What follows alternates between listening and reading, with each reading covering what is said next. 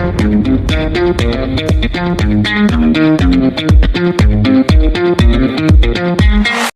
sore, sahabat Hermina. Kembali lagi bersama saya Dr. Nur sebagai dokter umum di Rumah Sakit Hermina Daan Bogor. Kali ini kita bertemu lagi di Hermina Talk dengan judul Kista Ovarium Apakah Menyebabkan Mandul? Nah, di sini sekarang saya bersama dengan narasumber kami yaitu Dr. Santi Olivia, spesialis obstetri dan ginekologi, konsultan fertilitas dan endokrinologi ya dok. Selamat sore dok. Sore dokter Nur. Bagaimana kabarnya dok? Baik, alhamdulillah sehat. Baik ya dok. Oke dokter, sekarang kita membahas tentang masalah kista ovarium dok. Mungkin ini familiar ya dok untuk para sahabat Hermina dan banyak nih yang bertanya apakah kista ovarium itu menyebabkan mandul. Sebelumnya kita bahas dulu tentang apa sih dok kista ovarium itu? Sebelumnya saya mau menyapa lagi, halo sahabat Hermina. Kita bahas mengenai kista ovarium. Jadi kalau dari istilahnya, kista itu adalah kantong ya dokter ya, kantong berisi cairan gitu. Nah, dia bisa sebenarnya tumbuh bisa di mana aja kista ya, mungkin di bagian-bagian tubuh lain itu juga ada. Nah, kalau dia tumbuhnya di indung telur atau ovarium, kita sebut dengan kista ovarium. Nah, itu secara istilah ya, terminologi yang dinamakan kista itu jadi tumor ya, tumor atau kantong yang berisi cairan.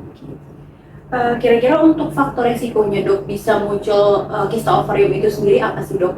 Ya, mungkin sebelum ke faktor risiko kita harus mengenal dulu macam-macam kista ini ya. Jadi yang dibilang kista ovarium itu kan hanya berdasarkan tadi definisinya ya, kantong berisi cairan. Tapi tidak semuanya itu bisa bersifat fisiologis atau normal, bisa juga abnormal gitu ya. Jadi abnormal dan normal. Nah, kalau normal itu kita sebut dengan kista fungsional.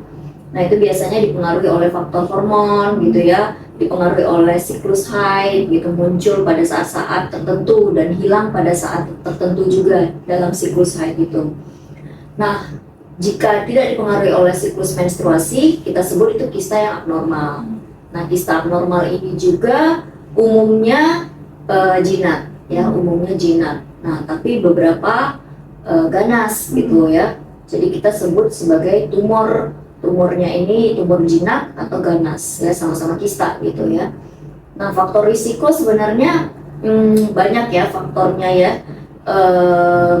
Ya tadi hormonal bisa gitu ya, faktor genetik yang multifaktorial sebenarnya ya, tapi faktor penyebab utamanya itu sampai sekarang sih sebenarnya tidak diketahui gitu. Jadi banyak faktor-faktor yang bisa mempengaruhi terjadinya kista ovarium, genetik tadi, hormon, kemudian ada juga faktor infertilitas, riwayat infertilitas gitu ya, tidak punya anak gitu, itu juga bisa mencetuskan atau menjadi faktor risiko terjadinya kista itu tadi. Kalau untuk gejala sendiri dok, kalau seseorang menderita kista ovarium itu gejala apa sih yang dirasakan dok? Kalau gejala itu bervariasi, tadi juga tergantung jenis kistanya gitu ya. Kebanyakan justru tidak bergejala apa-apa gitu, kecuali kalau misalnya kistanya udah cukup besar ya, kistanya cukup besar ukurannya sehingga mendesak organ-organ di dalam abdomen gitu ya. Keluhannya itu biasanya begah gitu, perutnya membuncit, tapi kebanyakan juga tidak bergejala sama sekali gitu. Nah, beberapa kista yang bisa yang tipikal ya, yang memberikan gejala yang kita bisa tahu nih ini jenis kistanya apa kira-kira, salah satunya adalah endometriosis ya. Nah, ini sangat erat kaitannya dengan fertility, kesuburan ya. Nah, kalau kista endometriosis itu gejalanya yang tipikal itu sebenarnya nyeri pada saat haid atau nyeri panggul di luar haid juga bisa. Tapi belum tentu juga, ada beberapa kasus yang justru tidak memberikan gejala apa-apa, hanya ketemu kebetulan gitu ya, kebetulan pada saat USG gitu.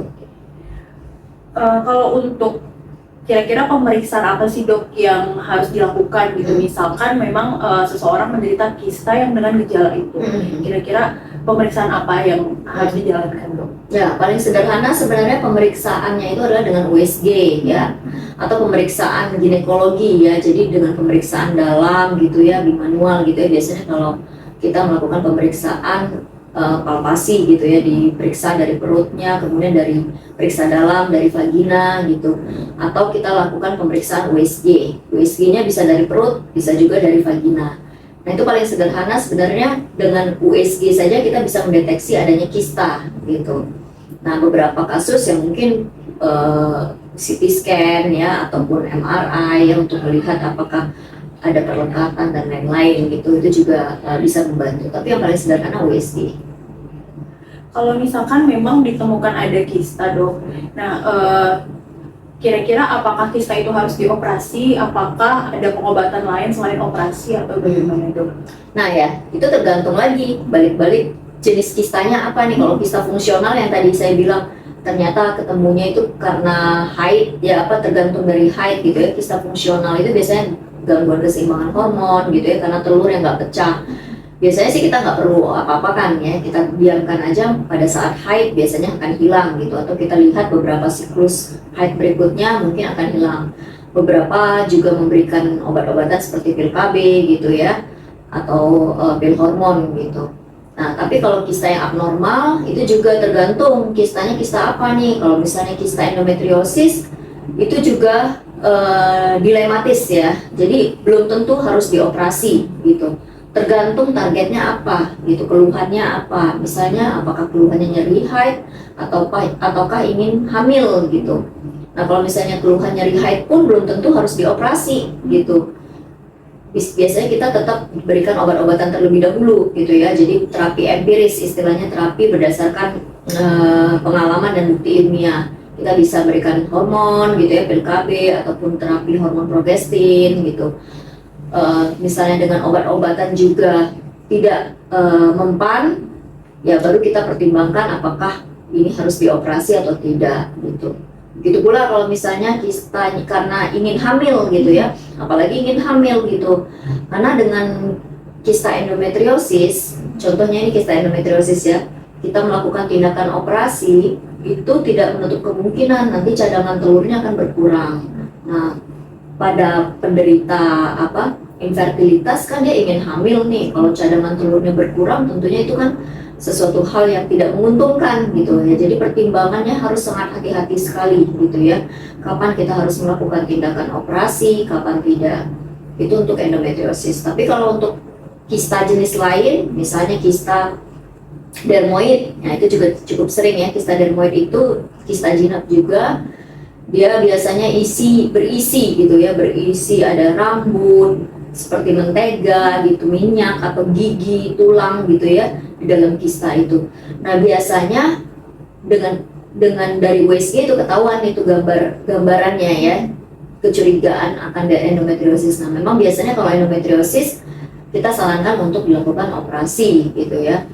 Nah itu tapi juga tergantung gitu ya, operasinya tidak mendesak gitu ya, tergantung misalnya ukurannya di atas 4 cm biasanya kita lakukan tindakan operasi gitu. Nah kalau kista-kista lain itu juga kita pertimbangkan berdasarkan ukuran, terutama ukuran dan juga penanda marker tumor gitu ya. Biasanya kita lakukan pemeriksaan lain gitu ya, ada kecenderungan untuk ganas atau tidak. Kalau memang ada, berapapun ukurannya ya kita angkat, seperti itu. Jadi banyak sekali pertimbangannya. Sesuai dengan judul ya dok ya, sebenarnya kista ovarium itu bisa membuat infertil atau mandul nggak sih dok? Kalau kista ovarium ya sebenarnya kista yang sangat berkaitan dengan infertilitas, atau kita jangan ngomong mandul deh ya, kesannya konotasinya agak-agak negatif gitu ya.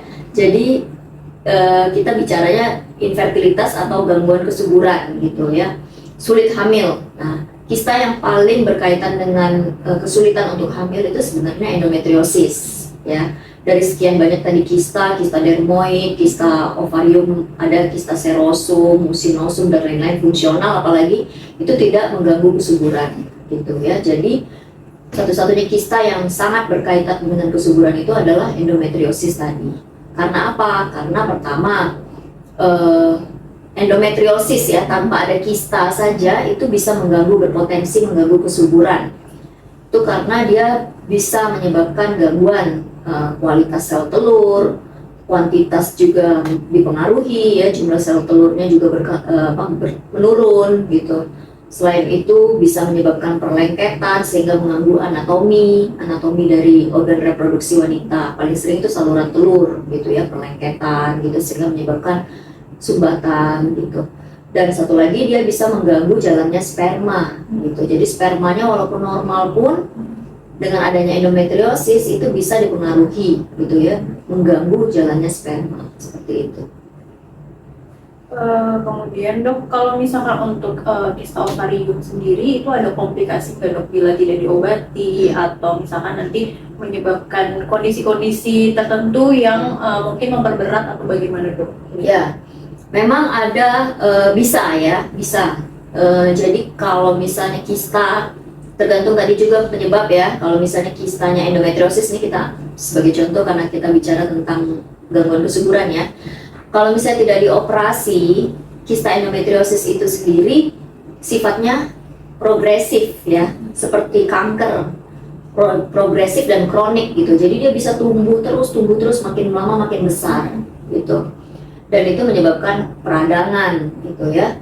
Nah, tapi apakah emang harus dioperasi? Dilemanya di situ gitu ya. Tadi kan kalau misalnya dioperasi, nanti risiko cadangan telurnya makin berkurang gitu kan. Sementara dengan adanya kista endometriosis itu sendiri udah bikin cadangan telur berkurang gitu. Nah, maka itu sebenarnya sih yang perlu kita lakukan adalah pertama kita mengendalikannya. Jadi kita memang nggak mengobati, kalau endometriosis tidak mengobati kistanya, tapi mengobati gejala ya. Jadi kalau misalnya gejalanya ingin hamil ya kita langsung program hamil. Gejalanya nyeri haid ya kita coba dulu dengan obat-obatan. Kenapa nggak dioperasi aja? Nggak menutup kemungkinan dia akan kambuh lagi gitu.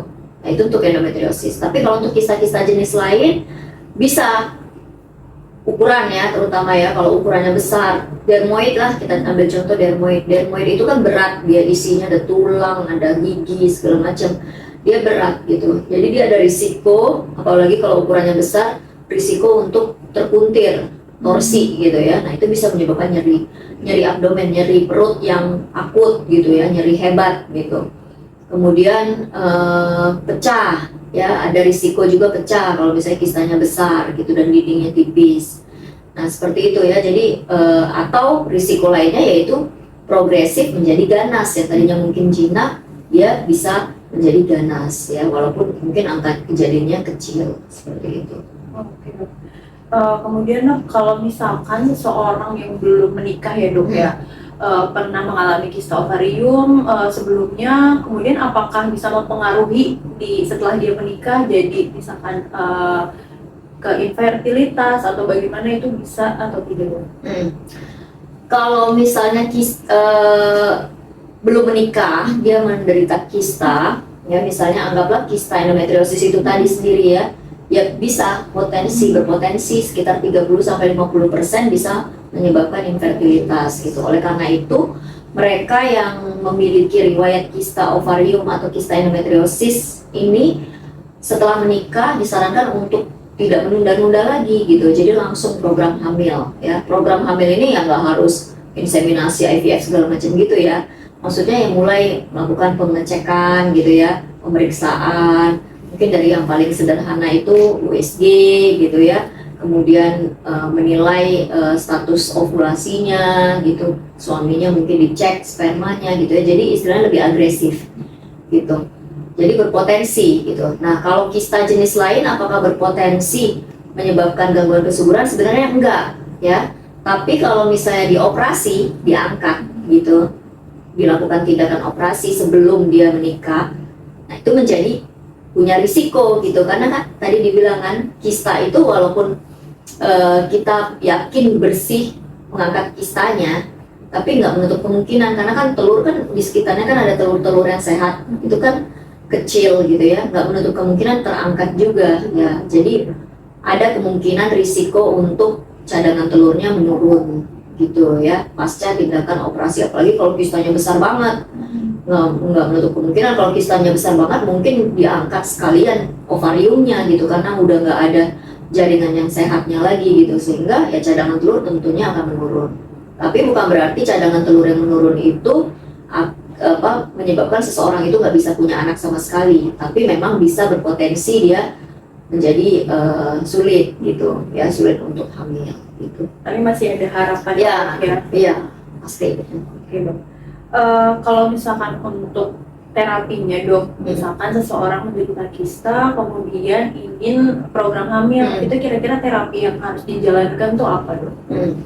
Ya ini mungkin kita lebih spesifik ke endometriosis ya. Jadi kalau misalnya kalau kista yang jenis lain sih sebenarnya dioperasi nggak apa-apa gitu ya, karena dia tidak terlalu mengganggu gitu. Tapi kalau endometriosis, kalau misalnya datang dengan kista endometriosis dan ingin hamil gitu ya, tentunya ya kita bisa tawarkan terlebih dahulu gitu ya. Misalnya kita lihat, kita harus menilai juga faktor-faktor lain. Jadi kita harus cek spermanya gitu ya, saluran telurnya apakah bagus atau tidak gitu. Nah kalau kista ini sebenarnya kalau endometriosis itu ada derajat-derajatnya ya, derajat 1 sampai 4 gitu. Kalau kista itu sebenarnya udah termasuk derajat 3-4 gitu ya, itu derajat sedang berat. Nah berdasarkan rekomendasi sebenarnya bayi tabung yang paling bagus gitu ya, istilahnya paling